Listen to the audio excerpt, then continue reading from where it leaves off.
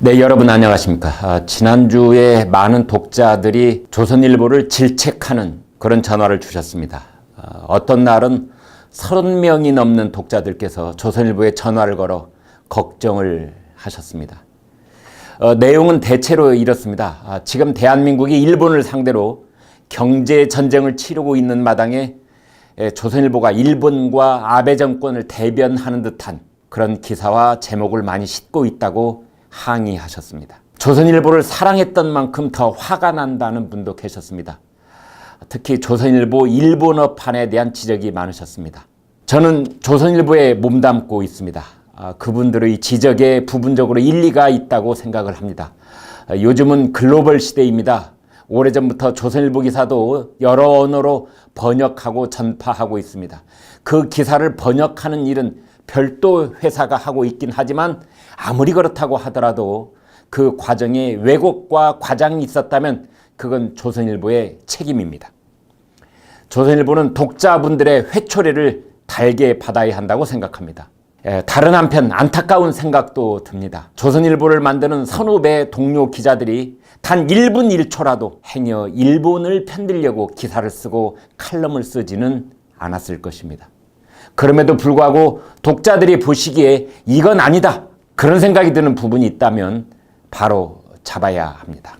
그러나 다른 한편 그런 열정으로 지적을 해오신 독자분들과 얘기를 좀 하고 싶습니다. 우리는 한일 경제전쟁 상황을 정확하고 객관적으로 냉철하게 봐야 하기 때문입니다. 문재인 정권이 호소하는 것처럼 애국심만으로 지금의 난국을 돌파하자는 것은 무책임한 소리일 수 있습니다. 집권 세력과 여당에서 말하듯이 우리가 죽창을 들고 의병을 일으키면 일본은 조총을 들고 정규군을 내세울지도 모릅니다. 1894년 우금치에서 죽창을 든 동학군은 2만여 명이 목숨을 잃었습니다. 그러나 일본군은 전사자가 단 한 명뿐이었습니다. 뜨거운 애국심을 갖되 차가운 현실은 직시해야 합니다. 문재인 대통령은 어제도 일본의 절대 우위를 하나씩 극복할 수 있다, 이렇게 말했습니다. 그러나 대통령의 의지와 각오를 밝힌다고 그것이 곧 현실이 되는 것은 아닙니다. 우리는 대통령에게서 그런 의지를 듣고 싶은 게 아닙니다.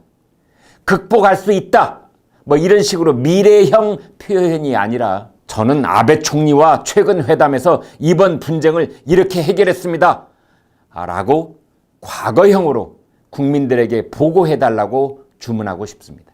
문 대통령은 지금까지 우리는 가전, 전자, 반도체, 조선 등 많은 산업 분야에서 일본의 절대 우위를 하나씩 극복하며 추월해왔다, 이렇게 말했습니다. 그러나 입은 삐뚤어졌어도 말은 똑바로 해야 합니다. 가전, 전자, 반도체, 조선에서 일본을 앞설 수 있었던 것은 최근의 집권 세력이나 정치권 덕분이 아니었습니다. 지금 문재인 정권이 문매를 때리면서 옥죄고 있는 대기업들과 산업 일꾼들의 피땀 어린 노력 덕분이었습니다.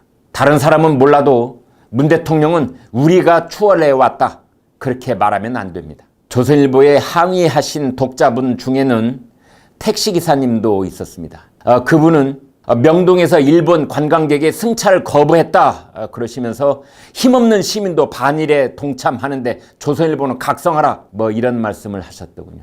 그분의 기분은 충분히 이해할 수 있지만 그러나 김광일의 입도 할 말은 해야겠습니다. 우리 국민 5천만이 불매운동을 하고 일본 국민 1억 2천만 명이 맞대응을 하게 되는 상황이 벌어지면 어떻게 하자는 것인지 그분한테 묻고 싶습니다. 아베 정권과 일본 국민이나 일본 관광객은 분리해야 합니다. 아베 정권을 비판하되 일본 관광객까지 한데 섞어 일거의 적으로 만들 필요는 없습니다. 아베 정권이 글로벌 무역 생태계를 교란시키고 훼손하고 있는 것은 맞습니다.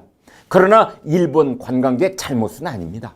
지금 편의점에서 일본 맥주 판매는 40%가 급감했고 일본 옷 매장 유니클로에서는 매출이 26%가 빠졌으며 일본 관광 예약은 무려 70%가 줄었다고 합니다. 그렇다면 우리에게는 어떤 일이 돌아올까요? 일부 정치권에서는 한일 군사정보보호협정인 지소미아를 폐기하자는 주장까지 나옵니다. 지소미아는 비밀 군사 정보를 한국과 일본이 서로 교환하는 협정입니다. 일본은 정보 수집 위성 5, 이지스함 6척, 지상 레이더 넷, 조기 경보기 17대, 해상 초계기 77대, 이러한 전략 자산을 통해 얻은 영상 정보를 한국에 제공하고 있습니다.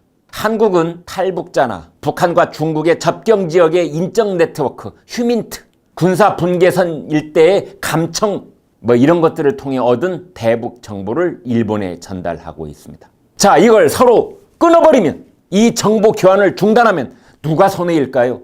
어느 나라 국민이 더 많이 북한의 위협에 노출될까요? 김영삼 대통령은 일본의 버르장머리를 고쳐주겠다고 했다가 IMF 사태를 속수무책으로 당하고 말았습니다. 임진왜란 때 큰소리치던 선조 임금은 신주까지 도망을 갔고, 병자호란 때 명분을 내세우던 인조 임금은 남한산성으로 도망갔다가 나중에 땅바닥에 이마를 짓지으며 청태종한테 항복했습니다. 오늘 한 신문은 국가의 길과 정권의 길이라는 칼럼을 실었습니다. 국가의 길은 나라의 번영을 반석 위에 올려놓는 길입니다. 정권의 길은 정권의 이익을 가져다주는, 오직 선거 승리를 노리는 정략의 길입니다. 외교 무능과 경제 실정을 파묻어버리고 애국심으로 잘못 포장된 반일 감정을 이용하고 있다면 그것은 정권의 길에 불과한 것입니다.